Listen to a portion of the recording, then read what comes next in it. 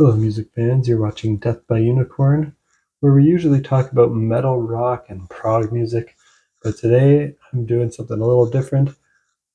It's 2025 now, so can you believe it's been 60 years since 1965? So, albums that I'm about to talk about in this video are 60 years old now.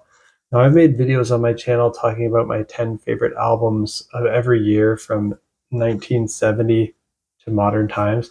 But I've been thinking lately, why start at 1970 for that series? Why not look at some music before 1970? And I debated where to start. And sadly, I couldn't really start with 1960 or 61 because I can't really think of any albums that I've heard from those years. My love for albums really starts with the Beatles in 1963 with their debut. I've also checked out the Beach Boys debut from 1962, but I haven't even heard 10 albums from 62, 63, or 64. So, really, the logical place for me to start that I landed on is 1965. Uh, it's divisible by five, so a nice number. And it's the first year where I've heard more than 10 albums from that year.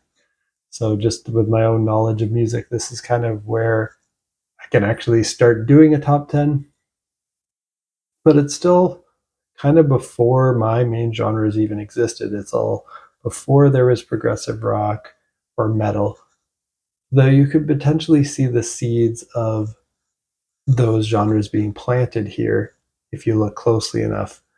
Though most of my picks are pop rock or blues rock with some folk or surf or R&B or soul influences in there.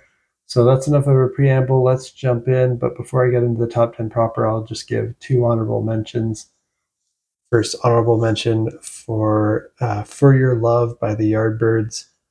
This is a blues rock album, the first American album by this English band, and they released their first English album the year before in 1964.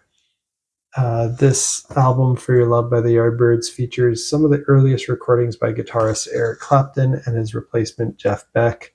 And I like this better than their live debut English album, Five Live Yardbirds from 1964, which I'd probably just call average tier, but this one, For Your Love, cracks my good tier.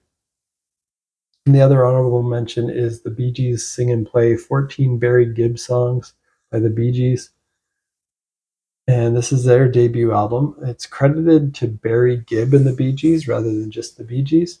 And it's a pop rock album. It's good, catchy pop rock songs, tame and offensive, but nothing too memorable for me. Just a good tier album.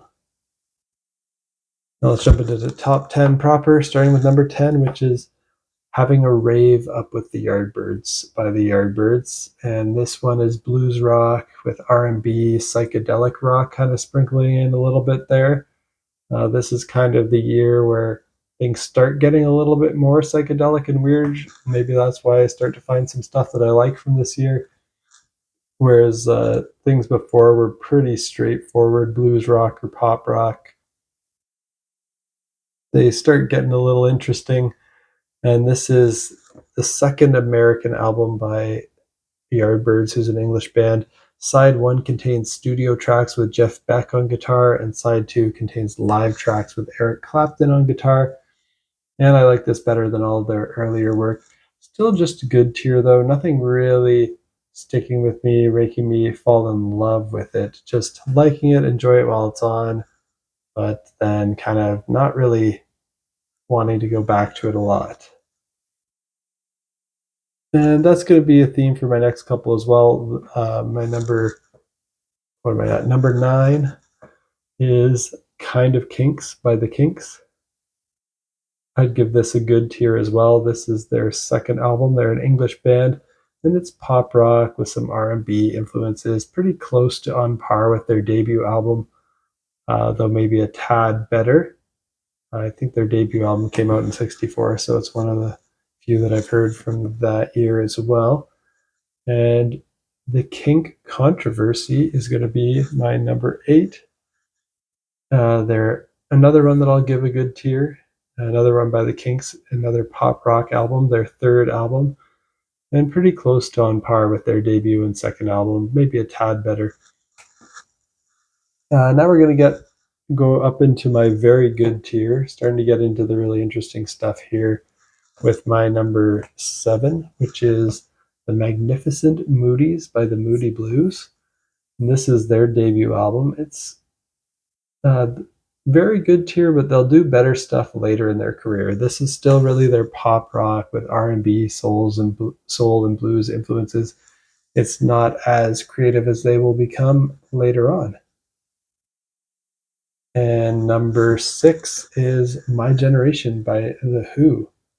This one I'll also put very good tier, their debut album. It's also pop rock, but this one has a little bit more power behind it than the others that I mentioned so far, kind of this garage rock, proto-punk, power pop in there, but also still that typical blues and R&B influence.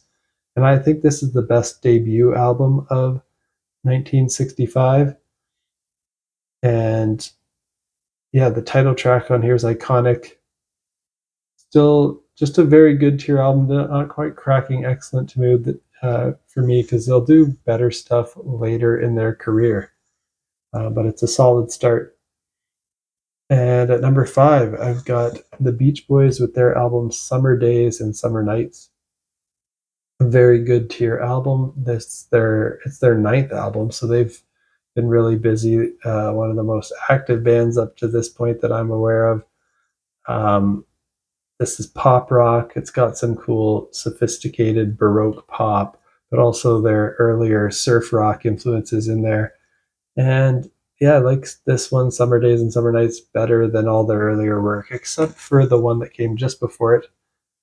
Uh, so very good tier, but now we'll talk about that one, which is my number 4, which is the Beach Boys Today by the Beach Boys. And this one's also going to be very good tier. Their 8th album, pop rock with Baroque pop and surf rock influences as well. And I like it better than all their earlier stuff. A very good tier album there. And now we're into the top 3 with the bronze medal. My number 3 is the Beach Boys Party.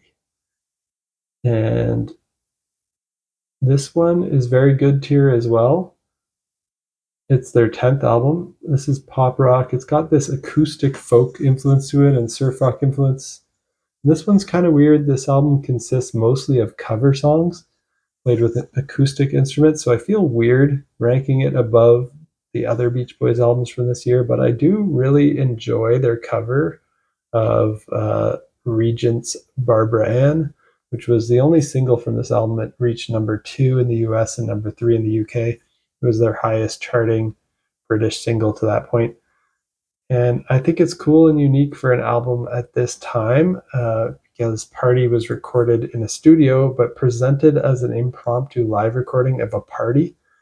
So you have this informal chatter by friends and family that were actually overdubbed later on these recordings. And I think that makes it kind of cool. It's like a creative art piece, whereas almost all the other albums on this list so far are just these collections of songs. This one actually has a vibe. So some people might find that kind of annoying that they like overdub this chatter and party sounds of friends talking over the songs. But I kind of appreciate that it's different and innovative for this time. And my favorite band from this time period will be obvious from my top 2, but I'll spoil it now by saying I also love that they do some Beatles covers on this album. They cover I Should Have Known Better, Tell Me Why, and You've Got to Hide Your Love Away. So those Beatles coverage tracks, plus Barbara Ann, and then their medley of I Get Around and Little Deuce Coupe. Those are my favorite moments on the album. So I like that this is the most different, intimate, and stripped back album by the Beach Boys so far, the most innovative album that I have on the list so far. Still very good tier, not quite cracking excellent. Almost maybe if I listen to it more, I'll like it even more, or maybe I'll like it less and respect it less because it's just covers. But I think it's pretty cool. That's Beach Boys Party by the Beach Boys. Now my top 2, probably obvious for anybody who knows the bands that I like. So my number 2 is Help by the Beatles. This one's excellent tier, and this is pop rock with some folk influences. It's the fifth album by this legendary English band, and it's the soundtrack to their film, also called Help. It contains iconic tracks like Yesterday, Help, and Ticket to Ride, which are my favorite tracks on the album, along with I've Just Seen a Face and You've Got to Hide Your Love Away. Really great songs, excellent tier album. And then my number 1, of course, is Rubber Soul by the Beatles, which I'm giving my near masterpiece tier rating. And it's the oldest album that I've heard that I would give a near masterpiece rating to. It pretty much starts the trajectory for creating the types of music that I love. So Rubber Soul, of course, is the sixth album by the Beatles. It's not really prog rock, not metal. It's not really getting into the genres that I really start to like, but it's still pop rock. But there's some really cool tracks on here. My favorite tracks are Norwegian Wood, This Bird Has Flown, Michelle, In My Life, and Nowhere Man. And yeah, just an excellent album. Hope you appreciated this list of my top 10 favorite albums from 1965. Let me know what you think of these albums down in the comments, and what are your favorite albums from 1965, in case there's some great stuff out there that I haven't heard yet. I'm always looking for more awesome stuff to check out, so let me know. And yeah, maybe if people like this video, I'll keep going with the other years in the 60s, because I have other videos on my channel where I talk about my favorite albums from every year from 1970 to today that I've done a while back. It's been like, I don't even remember when I did these. It's probably been more than a year. I've been focused a lot lately on my channel of talking about brand new music as it comes out, which is kind of what I've been listening to more often lately than this old stuff. But every now and then I like to go back to old stuff. So let me know also if you want me to do this for 1966, 67, 68, and 69. I'm thinking I might do it. But in the meantime, my next video will probably be my first impressions of new albums that are coming out in 2025. I'll be talking about, my friend Alon just dropped a new album, so I might talk about his, as well as some stuff that's coming out on September 19th, which is new music from Stoned Jesus, Big Big Train, Lucid Planet, and Cardiacs. So if you want to see what I think about that, hit that like button, hit that subscribe button, and stay in the loop on when I post new videos. And stay tuned for next time. Peace out.